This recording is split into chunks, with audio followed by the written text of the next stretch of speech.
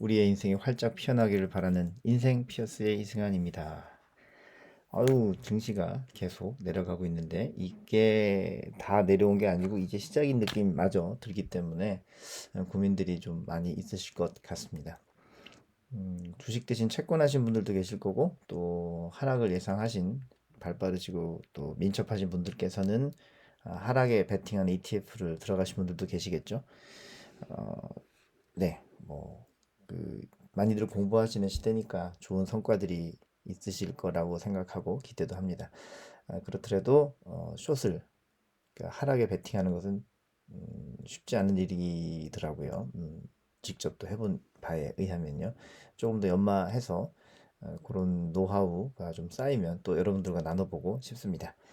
아, 9월 달에 이제 3주가 지나갔죠. 다음 주면은 또 9월이 끝납니다. 날씨도 많이 추워지고 쌀쌀해지고 있는데 통장도 쌀쌀해지는 것 같아서 조금 서운합니다. 그래도 다음엔 봄이 오겠죠. 우리 통장에도 봄이 오리라 믿으면서 늘그 계절을 체크하는 깨어있는 상태가 중요할 것 같습니다.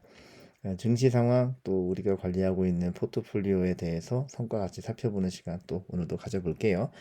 자, 그래프는 꾸준히 같이 보셨었고요. 요즘 요거 9월달 마무리되면 요 그래프 조금 더 떨어질 것 같아요. 너무 좀 속상한 게 이 피어슨 포트폴리오의 이 최대 하락폭 MDD라고 하죠. MDD, Max Drawdown. 이게 19%였는데 올해 들어서 엄청 많이 떨어졌어요. 그동안 그래프를 봐도 이 정도의 낙폭을 보이는 때가 없었어요.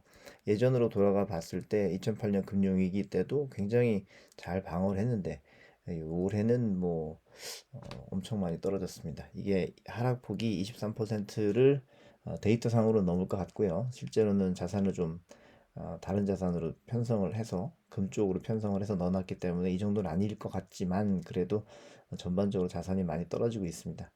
회복 탄력성은 나름 들어있는 것 같아서 기대는 하고 있죠. 다음날 앞으로는 어떻게 될 것이냐.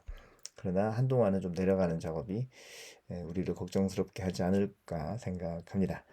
9월 23일까지의 내용 결산해보면 688일 동안에 연평균 수익률 6%대를 유지하고 있네요. 처음에 벌어놓은 게 워낙 많아서 여기서부터 들어갔으니까 여기쯤이죠.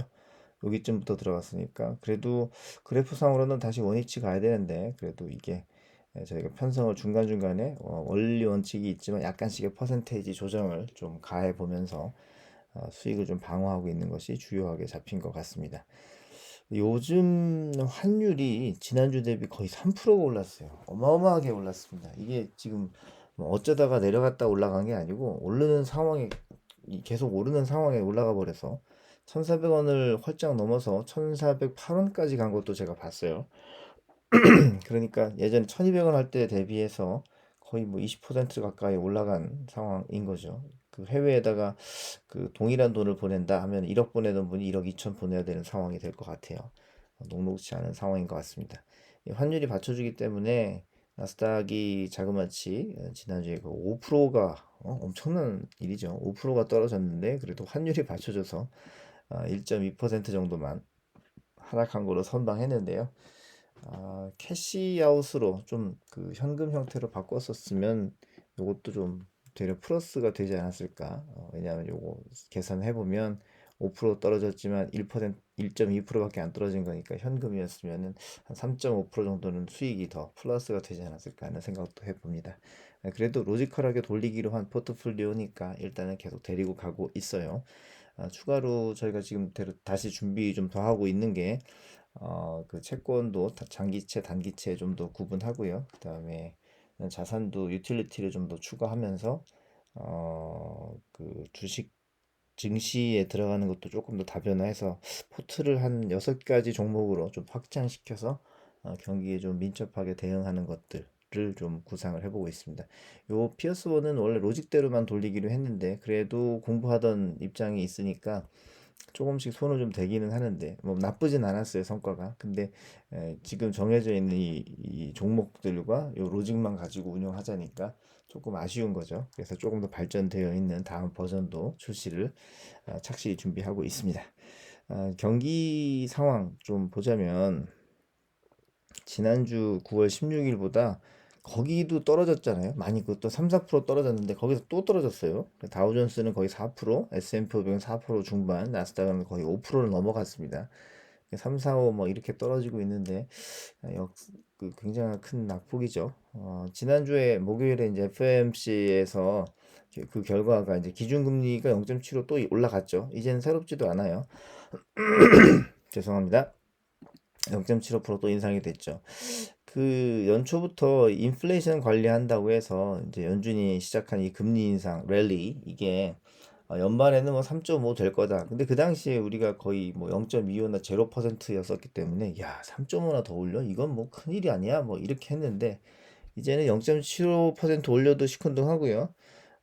뭐 4.4까지 내년에 뭐 4.4에서 4.6까지 올라갈 거다. 뭐라고 해도 그래 뭐 그럴 수도 있겠지라는 좀 달관하는 입장마저 생기는 것 같습니다. 이 적응의 동물인 건지 이게 좋은 건지 아닌지 좀 모르겠습니다. 자, 그래서 2023년에는 2023년 내년에는 4.6%까지도 올라간다는 거죠. 그러니까 0%가 4.6%니까 이게 얼마죠? 4.5% 가까이 올라가는 건데 역사상 이런 일이 잘 없었죠. 이런 일이 생기면 1년에 4%짜리 뭐 이런 금리가 있는 상품, 채권 금리가 나오는 상품이 있다라고 하면 그 일은 많이 움직여 가잖아요. 그리고 또 그 채권의 이자율을 많이 올려버리면 기준금리를 올리면 채권의 이자율도 올라가면서 이자율이 올라간다는 것은 할인율이 올라가는 거고 할인율이 올라간다는 거는 채권 가격이 떨어진다는 거잖아요. 그렇게 확 떨어졌을 때 과연 주식을 사겠느냐 채권을 사겠느냐 고민들 많이 나올 때 아마 채권들을 좀 더 사지 않을까. 안전하게 한 4, 5% 충분히 벌 수 있으니까요. 그럴 생각이 좀 시장의 증시에 주식 시장에 별로 안 좋은 소재가 되지 않았나 싶습니다. 어쨌든 뭐 앞으로 뭐 1에서 1.25 정도 더 인상이 되니까 앞으로 채권을 더욱 싸게 살 수 있는 확정 수익을 더욱 싸게 시작할 수 있는 기회가 있다라는 것들이 굳이 주식시장에 이런 상황에 위험 무릅쓰고 투자해야 되겠느냐 그런 의견들에 좀 불을 지피고 있는 것 같아요. 어쨌든 뭐 올라가는 금리에 이제 이게 그 하락은 언제 되느냐 이렇게 지금 막 엄청나게 끌어올리죠. 4.6 뭐 4.4 이렇게 얘기하는데 이건 그럼 언제 내려주냐 너무 높은 거 아니냐. 그 시점이 2024년으로 예상되고 있습니다. 그러니까 뭐 물론 뭐 빨라질 수도 있고 늦어질 수도 있는데 앞으로 한 만 1년 동안은 최소 1년은 주식시장이 뭐 예전 같지 않을 거라는 그런 예상들을 당연히 하게 되고요. 그럼 어떻게 해요? 안 올라가고 내려만 갈 것 같고 또 오르는 듯 내리는 듯 뭐 방향도 안 나올 것 같으면 돈 빼겠죠.